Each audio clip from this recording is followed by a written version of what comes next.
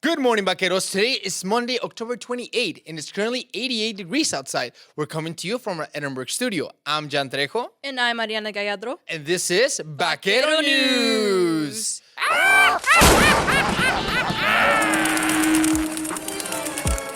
Campus news, Events, games, And activities. all in one place. this is Vaquero Radio, The Val Student Station. Monday and Wednesday, Vaquero Radio. where your where your story begins. The University of Texas Rio Grande Valley Department of Intercollegiate Athletics created its own coffee roast with Reserva Coffee Roasters. Victoria Gonzalez spills the beans.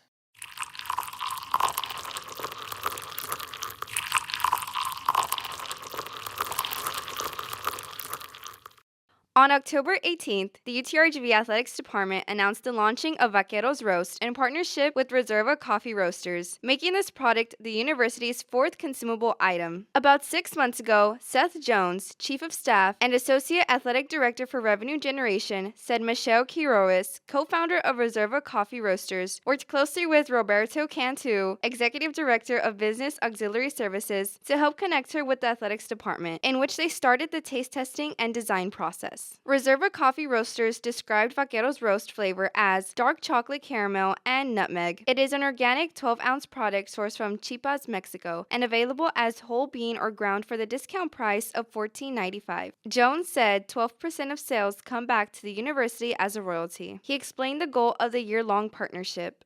But our goal is much more community branding and making sure that we're helping the Reserva brand, who's a great local company, but also helping our department and the university grow in our community. He said as the athletics department has grown in partnerships, it always starts local. And so anytime we can put a local business in front of our community and help them grow their brand, that's super important to us. Our goal is to make sure that we're doing everything we can to help promote their business and grow their business, also while growing our brand. So we see this as both ends winning.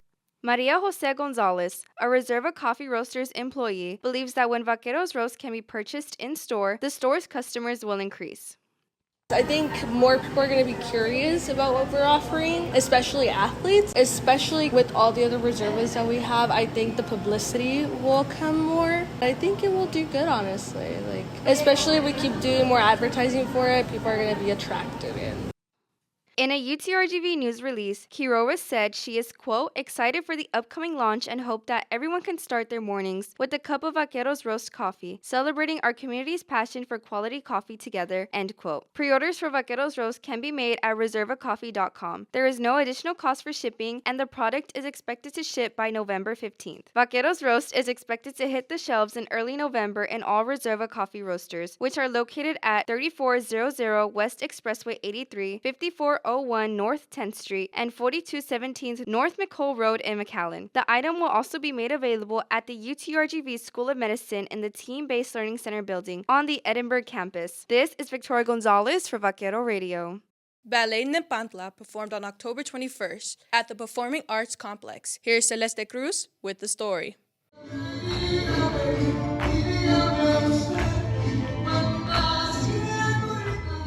Ballet Nepantla performed Mística, honoring indigenous, Afro, and Hispanic ancestors and commemorating Dia de los Muertos, October 21st in the Performing Arts Complex. Andrea Guajardo, founder, artistic director, and resident choreographer for the New York City-based company, explained the roles presented in the performance. In Act 1, all of us did one of the opening full group pieces that's called Chinantla, and then we did La Bruja, and we were all in Diablos. And then in Act 2, I was La Catrina, and we all did Palo and kind of almost everything. Viejitos and Veracruz. Guajardo explained the creative process of developing the Mística performance. A lot of the pieces that you saw some of them are just Martin's choreography, some of them are just Argelia's choreography, some of them are just my choreography, but we do have pieces that we collaborate on. Those processes are usually very interesting. It starts with one of us having an idea, and we know that we want it to be a fusion piece, and we share the music, and it usually starts with somebody having an inspiration and already having a song in mind. Argelia Areola, dancer and choreographer, explained how Nepantla focuses on how to reach the audience through its performances. I think the music is the main inspiration to the choreography, and for example, we have the original idea was to do something about the Dia de Muertos, talk about mourning, talk about honoring our ancestors, and starting from there, we start looking for music to touch us, no, about what we wanted to do, what we wanted to say to the audience. Martin Rodriguez, co-founder, associate director, and resident choreographer, said he researches music for each piece. When it comes to music, I definitely do a lot of research. When it comes to music, I myself was dancing in Guadalajara since I was 9 years old. I was affiliated to, I was part of an academy there, and the academy is affiliated to the Ayuntamiento de Arte y Cultura in Guadalajara. So they have an incredible library of music. A lot of it I brought with me when I was 15 years old when I migrated to the US. A lot of it is music that I already know, and even then we keep doing a lot of research. The music is not so easily accessible. It's not like master, you wouldn't find it on Spotify, or so you have to really dig deep. George Diaz, an associate professor in the history department and director of the Center for Mexican American Cultural Studies, explained why the center decided to host Nepantla at UTRGV. Performance related to Dia de los Muertos, which is basically something for the entire community. All of our events are free and open to the public. Everything is to benefit the community, and it's all in line with our mission, which is part of the Office of Bilingual Integration, and to offer things that we think are relevant educational programming for the community to appreciate. To learn more about Nepantla, visit its website paletnepantla.com. Nepantla is also on TikTok, Instagram, and Facebook. Nepantla offers workshops for those interested in pursuing a dance career. The company holds auditions in New York City and virtually. This is Celeste Cruz for Vaquero Radio. Literatures and Cultural Studies held a virtual scary storytelling session with paranormal investigation group Revenant Watch. Here's Celeste Cruz with more.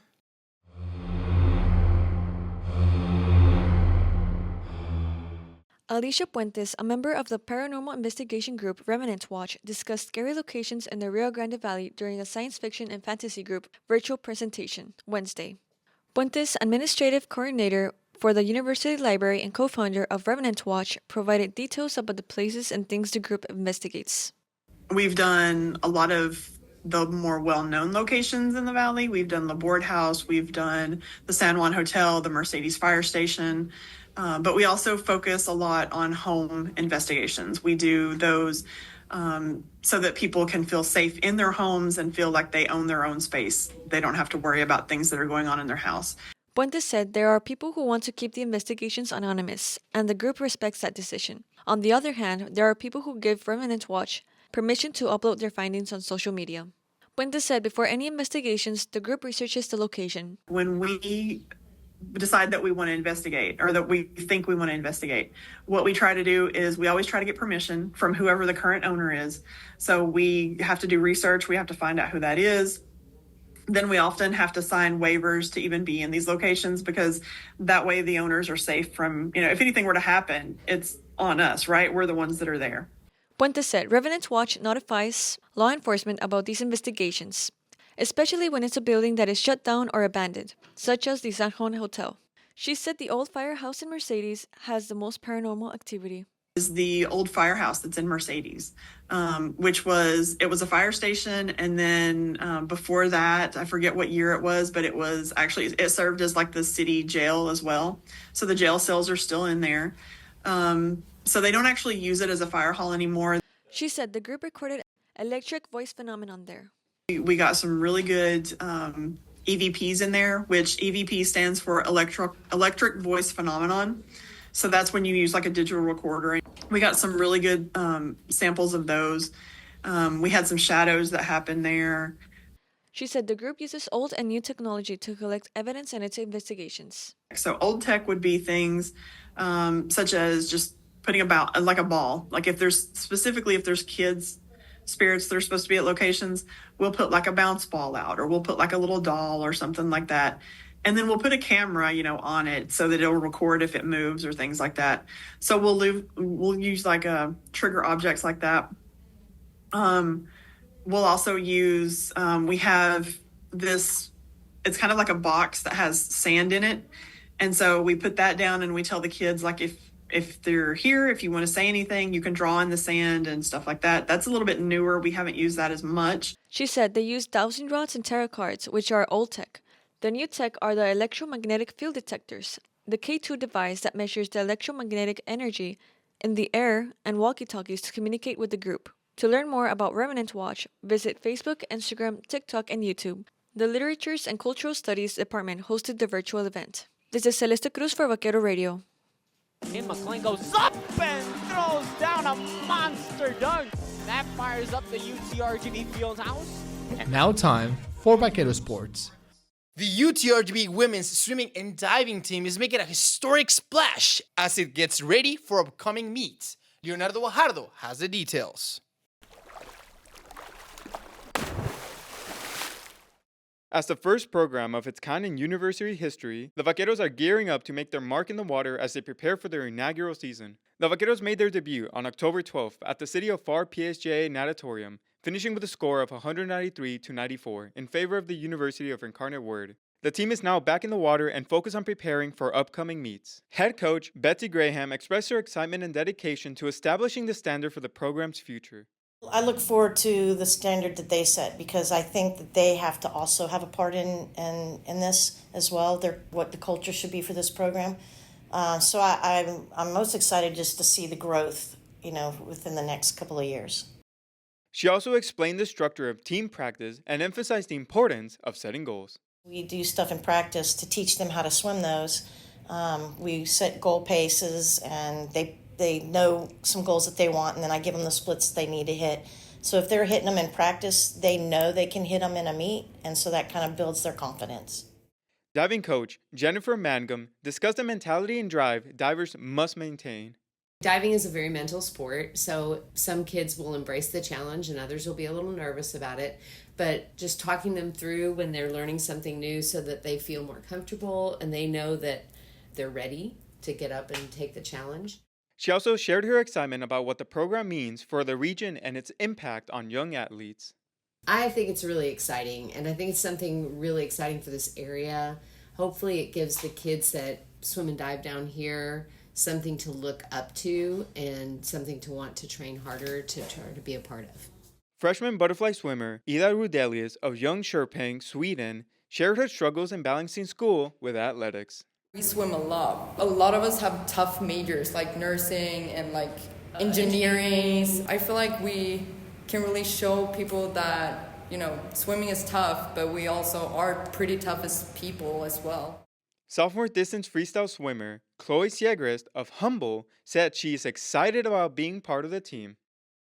I'm really excited to be the first to make records, even though, obviously in the future they'll get broken, but we'll be the first in history. Yeah. So it's cool to make history. The UTRGV swimming and diving team hit the road for its first away meet, competing against St. Thomas McMurray last Saturday in Houston. Results will be available at goutrgv.com. This is Leonardo Guajardo for Vaquero Radio. Newton drops straight back towards a crossing route. McCaffrey, touchdown. That's big time.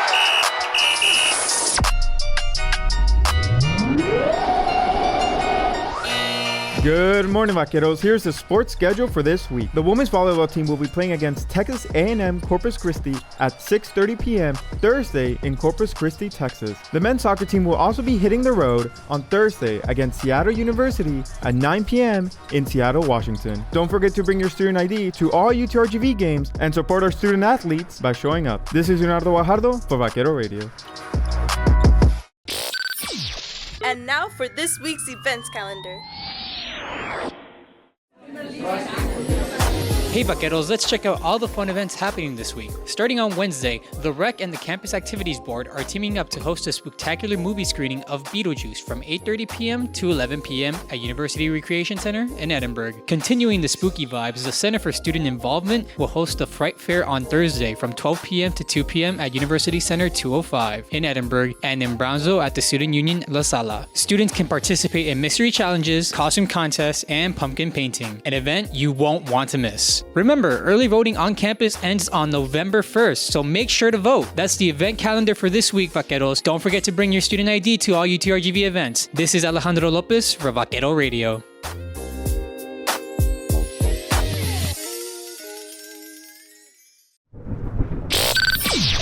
And now, for this week's campus weather report. Good morning, Vaqueros. Let's take a look at this week's weather forecast. From Monday to Thursday in Edinburgh, we'll be looking at moderate temperatures with highs averaging 91 degrees and lows averaging 74. Cloudy skies and mild humidity will persist during these days, but on Friday we'll see a slight dip in temperature and a higher chance of precipitation, so don't forget your umbrellas. Remember to stay safe and hydrate on these sunny days, Vaqueros. This is Joseph Zambrano for Vaquero Radio. That is the newscast for this week. Remember to read our news articles every week on our website, utrgbradio.com. Tune in to Vaquero Radio through our website or download the Radio Garden app to listen wherever you are and enjoy the best DJ shows around campus. Remember to check out our YouTube channel for the latest news from UTRGV and the Valley. Our weekly newscast will also be broadcast at 11 a.m. every Wednesday. Join us next week, same time, same place. Only on Vaquero Radio, the Valley Student Station. Thanks for tuning in, Vaqueros. Be sure to saddle up at 11 a.m. every Monday and Wednesday for another newscast. And as always, peace out.